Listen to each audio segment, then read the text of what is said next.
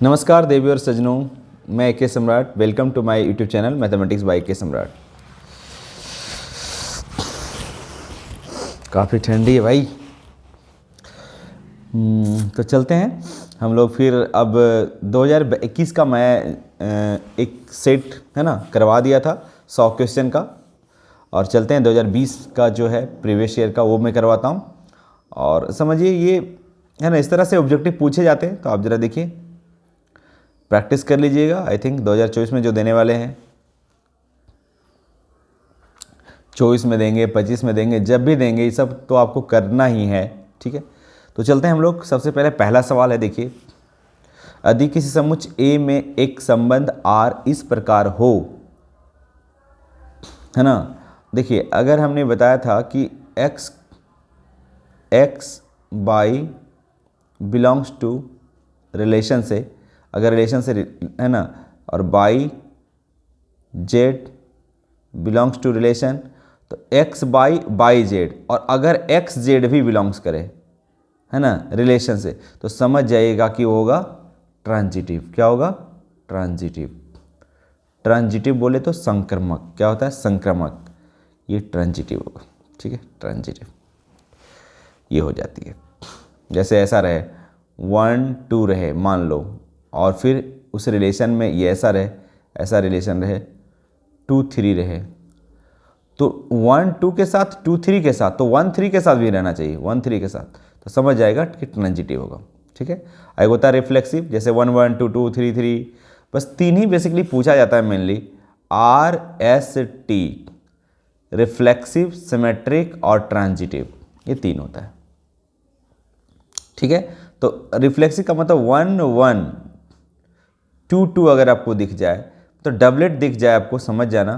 3 3 ऐसे दिखे सेट में, रिलेशन में, तो समझ जाना कि वो रिफ्लेक्सिव होगा। सिमेट्रिक क्या होता है? जैसे है एक्स बाई, तो बाई एक्स भी होना चाहिए। ठीक है, तो ये सिमेट्रिक है। ट्रांजिटिव का भी मैं बताया कि एक्स बाई जेड, तो एक्स जेड भी होना चाहिए। ठीक है, तो ये होता है। चलिए आगे नेक्स्ट। रुकिए, इसको पहले फिलो को बंद कर देता हूँ। नेक्स्ट क्वेश्चन है दूसरी। देखिए, ये तो हद हो गया, इसको हर सेट में ही आ रहा है। कॉस इनवर्स, तो मैंने बताया था कि cos inverse x plus sine inverse x is equal to होती है π/2। ठीक है, तो cos inverse x equal to हो जाएगा π/2 माइनस साइन इनवर्स x। ठीक है, ऐसा है कोई, π/2 माइनस साइन इनवर्स x, यानी d हो जाएगा उसका। ठीक है, क्वेश्चन नंबर 4 देखिए। अच्छा, क्वेश्चन नंबर 3 भी था क्या? मैं बताया नहीं। ओह शिट, हाँ, क्वेश्चन नंबर 3 देखिए। यही 12th में इतना ही पढ़ना है, एक्स बाई। ये पिछले क्लास अगर मेरा देखोगे 2021 का जो क्वेश्चन बैंक था उसमें मैं करवाया था, तो एक्स बाई ये भी था, है ना, सेम सवाल था। तो कुछ कुछ रिपीट कर जाते थे। 2-4 साल ही बताऊंगा मैं, 2-4 साल के लिए क्वेश्चन बैंक बता दूंगा। 2020 21 22 23, 4 साल का बता दूंगा। चारों साल आप कर लीजिए, 50 के 50 ले आएंगे 100 में। ठीक है, तो चलते हैं। अगर ऐसा होता है तो tan inverse x plus tan inverse y का फॉर्मूला होता है tan inverse x plus tan inverse y equal to होता है tan inverse x plus y, और 1 माइनस एक्स इंटू वाई हो जाती है। ठीक है, तो कौन सा होगा बताइए?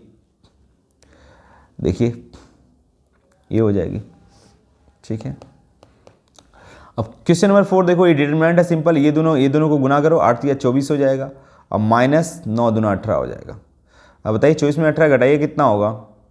6 हो जाएगा, तो ये हो जाएगा। ठीक है, क्वेश्चन नंबर 5। अब देखिए, ये भी है, बोलता है इतना बराबर कितना होगा, है ना। तो कितना होगा बताइए? ये this into this minus this into this, यानी 5p minus 4q, 5p minus 4q। अच्छा, इक्वल टू दे रखा है कि 0 है। ठीक है, तो अगर 0 है तो इसको आप क्या कर सकते हो,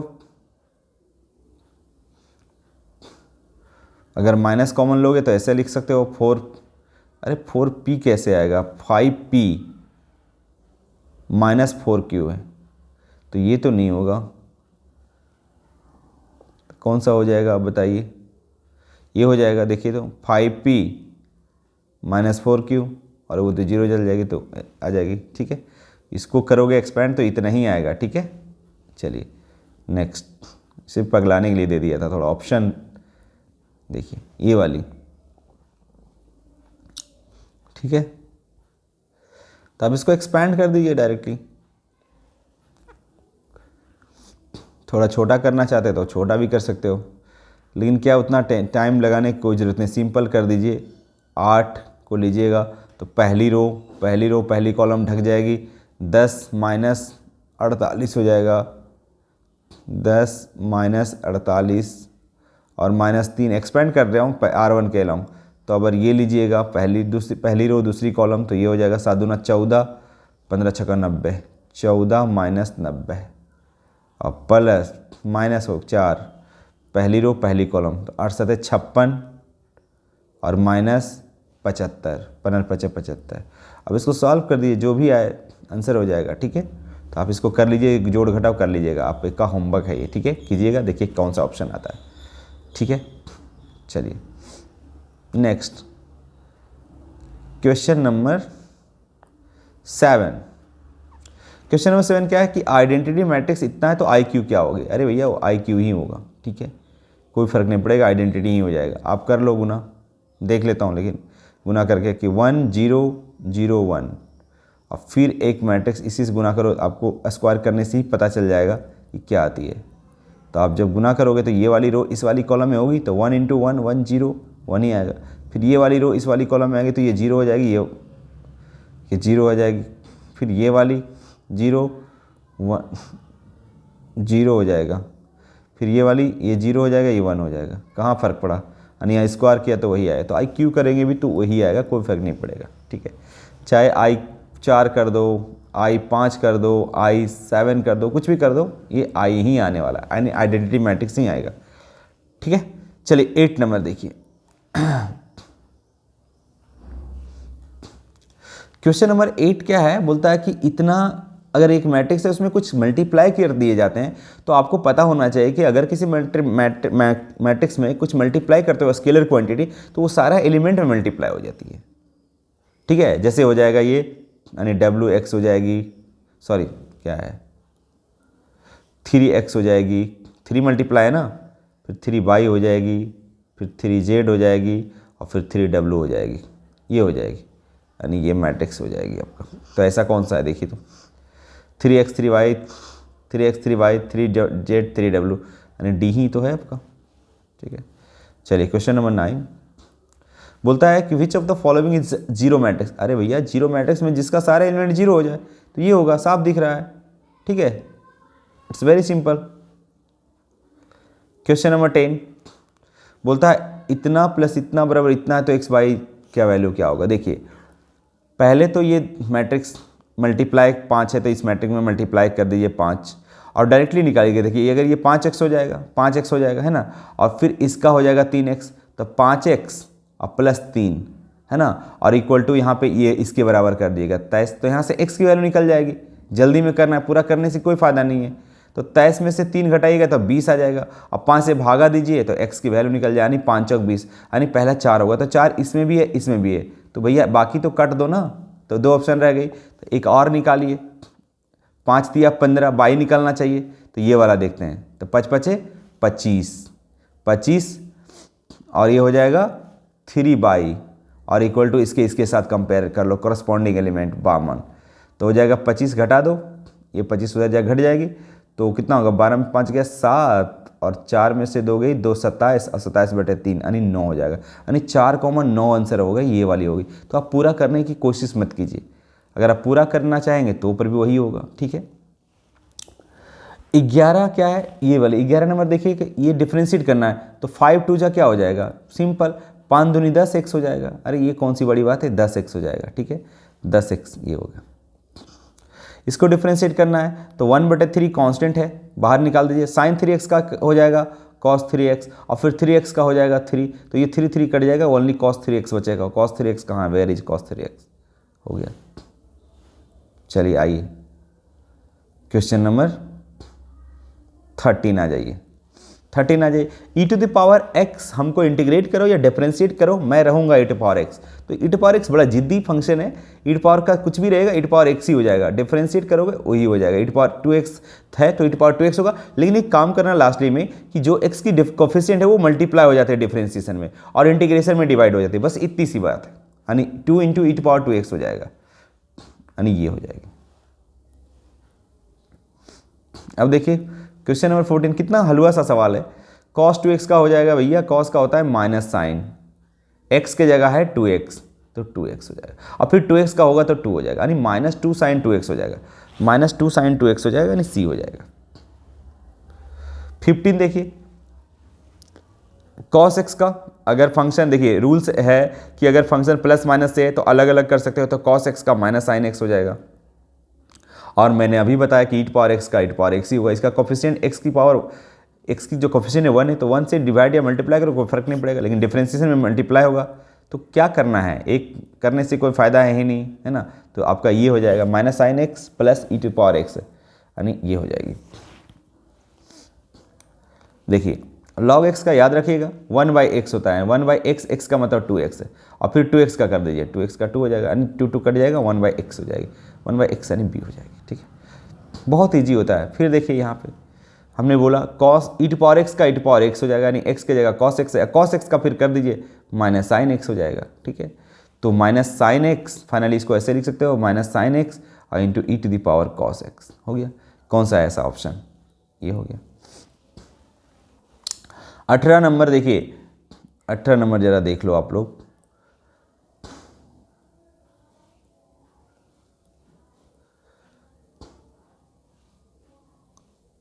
अठारह नंबर क्या है कि आप जरा देखिएगा, तो a to the power x का जो रूल होता है वो होता है a to the power x ही होता है। ठीक है, a to the power x का जब डिफरेंशिएट करेंगे तो होता है a to the power x और इंटू लॉग a होता है। ठीक है, तो यहाँ पे देखोगे a to the power 2x होगा तो एज इट इज हो जाएगा, इंटू लॉग 2a, तो यहाँ पे लॉग देखो a to the power x तो a टू पावर x, और फिर log a का मतलब a है, और फिर 2x का भी हो जाएगा तो 2 हो जाएगा, तो फाइनली हो जाएगा 2a to the power 2x into log a। ऐसा कोई सवाल है क्या, log a यही तो है। ठीक है, जैसे आपको बोलेगा 2 टू दी पावर x तो 2 to the power x into log 2। ठीक है, यहाँ पे समझिए 2 टू दी पावर x, यानी कांस्टेंट पे पावर वेरिएबल अगर आपसे पूछे तो सिंपल जो है वो एज इट इज उतार दीजिएगा और log a लिख दीजिएगा। log a का मतलब यहाँ 2 है, बेस यहाँ 2 है तो यहाँ 2 हो जाएगा। ठीक है, और यहाँ पे x है तो कोई बात नहीं, अगर इसे यहाँ 2x रहता तो 2x का भी लास्ट में कर दे, x का 1 होता है इसलिए कोई फर्क नहीं पड़ता। चलिए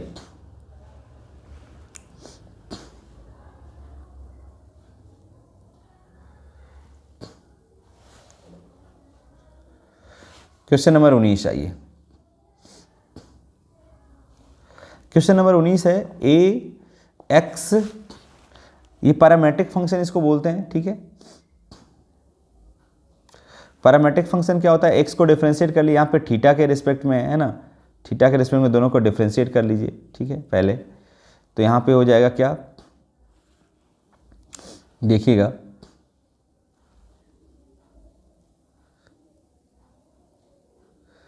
अरे ये क्या हो रहा है भाई, चलो ठीक है, x इज इक्वल टू है आपका a cos थीटा, तो आप dx अपॉन डी थीटा पहले कर लें। ठीक है, तो क्या हो जाएगा a माइनस साइन थीटा। ठीक है, और dy बाई डी थीटा कर लें तो हो जाएगा आपका a cos theta, sine theta का cos थीटा होगा। अब कुछ नहीं करना है आपको, जब dy बाई डी एक्स बोले, dy बाई डी एक्स आपको बोल रहा है तो dy बाई डी थीटा और dx अपॉन डी थीटा कर सकते हो, क्योंकि थीटा थीटा कट जाएगा तो वही चीज़ बचेगा। तो पहले डी बाई डी एक्स, तो ये और इसमें से भागा दोगे a, तो माइनस यहाँ पे हो जाएगा कितना, तो यहाँ से भागा दे दोगे इसको इसमें से। ठीक है, तो a कट जाएगी, sine theta by cos theta minus tan theta हो जाएगा, माइनस टेन थीटा। ठीक है, डिवाइड कर दोगे, ये बड़ा सिंपल है, डबल डेरिवेटिव करना है, D square D x square को मतलब इसको 2 बार डिफ्रेंशिएट करना है। तो एक बार करोगे तो 20x की पावर 19 हो जाएगा, और फिर कीजिएगा तो 19 दूना 38 हो जाएगा, 19 दूना 38 हो जाएगा, 380x की पावर 18 हो जाएगा, 380x की पावर 18 ये हो गया। चलिए नेक्स्ट क्वेश्चन। 21 नंबर सवाल है, x बराबर 2 इतना पर स्पर्श रेखा की ढाल, the slope of the tangent to the curve इतना। इस कर्व पे, अगर किसी कर्व पे आपको टेंजेंट का स्लोप निकालना है तो उस कर्व को डिफ्रेंशिएट कर दीजिए और किस पर्टिकुलर पॉइंट पे निकालना है उसको फिर रख दीजिए। तो ये हमारा dy बाई डी एक्स जो यहाँ पे अगर करेंगे इस कर्व को तो आ जाएगा 3x स्क्वायर आ जाएगा और -2 आ जाएगा, 2x का 2 हो जाएगा। और फिर किस पे बोल रहा है स्लोप निकालने, 2 पे, तो x का वैल्यू 2 रख दीजिए, तो फाइनली हो जाएगा 3 × 2 का स्क्वायर -2, 2 दूना 4, 4 तिया 12, 12 में से 2 गया, यानी इसका वैल्यू आ जाएगा 10। तो आपका उत्तर हो जाएगा 10। It's very simple. देखिए 22 नंबर थोड़ा लंबा चला जाएगा, हम बता देते हैं, हिंट्स कर देते हैं, ठीक है। यहाँ पे इतना लंबा करने की कोई आवश्यकता नहीं है। आपको पता है कि इसको क्या कीजिएगा, ये फंक्शन मान लीजिएगा ये फंक्शन है, ठीक है। इस फंक्शन को आप डिफ्रेंशिएट कीजिएगा, तो यहाँ से डिफ्रेंशिएट करके 0 कीजिएगा तो यहाँ x की वैल्यू कुछ मिल जाएगा, आप करिएगा तो यहाँ वैल्यू मिल रहा था 1, ठीक है। क्या मिल रहा था, +-1। और यहाँ पे इसको डबल डेरिवेटिव चेक कीजिएगा, डबल डेरिवेटिव अगर ग्रेटर देन 0 आया तो इस पर मैक्सिमम वैल्यू होगा, ये दो जिस पॉइंट पे आए, ठीक है। डबल डेरिवेटिव किस पे चेक करना है, प्लस या माइनस पे, ठीक है। तो इसका मैक्सिमम वैल्यू आएगा, सॉरी ग्रेटर आएगा तो मिनिमम वैल्यू आएगा, क्या आएगा, मिनिमम वैल्यू। और अगर f double dash of x less than आया तो मैक्सिमम वैल्यू होगा, और अगर f डबल डैश ऑफ 0 आ गया, sorry f double dash x equal to 0 आ गया तो नाइदर मैक्सिमम नॉर मिनिमम होगा, ना ही तो मैक्सिमम एग्जिस्ट करेगी नहीं तो मिनिमम, ओके। तो ये आप कर लीजिएगा, ठीक है। चलिए क्वेश्चन नंबर 23। क्वेश्चन नंबर 23 में इतना पर अभिलंब है, देखिए बहुत अच्छा है, बोलता है ये कर्व जो है ना x स्क्वायर इक्वल टू है 4y, यानी यहाँ से अगर बोला जाए कि y इक्वल टू क्या है तो 1/4x स्क्वायर है, ठीक है। अब इस कर्व पे लंब का मतलब समझिए, लंब का मतलब क्या होता है कि मान लो ये है टेंजेंट, तो टेंजेंट का स्लोप इस पार्टिकुलर पॉइंट पे निकाल लेंगे, ये 2,1 पे बोल रहा है, और यहीं पे नॉर्मल भी लाई करेगा, ऐसे नॉर्मल मतलब परपेंडिकुलर इस लाइन पे होता है। अरे तो ऐसे भी दिमाग लगा लो कि ये जो 2.3 होगा नॉर्मल पे भी, नॉर्मल भी इसी से पास करेगा 2,3 पे, तो जो इसको सेटिस्फाई करेगा 2,3 पे तो वही होगा 2,1, सॉरी 2,1 रख के देखिए तो 2 + 1 3, पहला ही ऑप्शन सेटिस्फाई कर जाता है। इसको रखेगा तो 3 के बराबर नहीं आएगा, इसको रखेगा तो नहीं आएगा 1 के बराबर, और नहीं तो इसको डिफ्रेंशिएट कीजिए तो dy बाई डी एक्स आपको निकालिएगा, तो ये कर्व का, ये टेंजेंट का स्लोप दे देगा इस पर्टिकुलर पॉइंट पे, तो कितना हो जाएगा 2/4x हो जाएगा, तो यानी 1/2x हो जाएगा, और x का वैल्यू है 2, तो 2 रखिएगा तो ये 1 आ जाएगा, यानी इसका टेंजेंट का स्लोप 1 आया। और टेंजेंट का स्लोप और नॉर्मल का स्लोप का प्रोडक्ट, तो नॉर्मल का स्लोप हमने मान लिया m, तो m × 1 बराबर -1 होगा, तो m बराबर कितनी हो जाएगी, -1 हो जाएगी। और इसका स्लोप निकल गया तो ये इसको इक्वेशन लिखिए, y - by1 दैट इज़ 1, ये दिस इज x1 और by1, और ये x - x2 x1, तो अब इसको क्रॉस मल्टीप्लाई कीजिएगा तो -x + 2 बराबर हो जाएगा y - 1, तो ये x + y बराबर आ जाएगा 3, ये कर लिए, हो गया, आ गया, ऐसे भी आ गया। चलिए नेक्स्ट क्वेश्चन नंबर, अरे 23 बन गया, 23 तो वही था ना, हाँ ठीक है। 24 नंबर देखिए,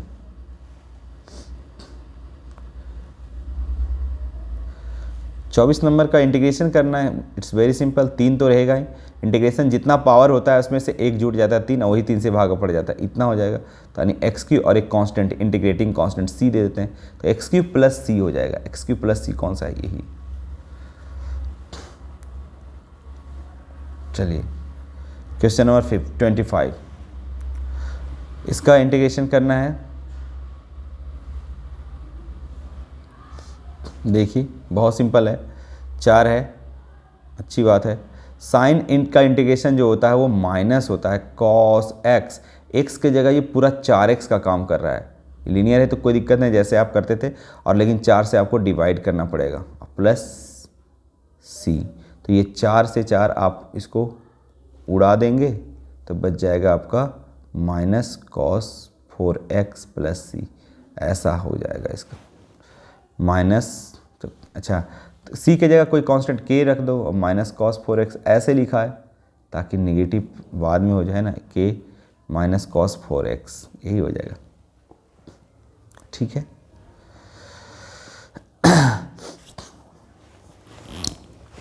चलिए इसको हम आगे भी बता देता हूँ।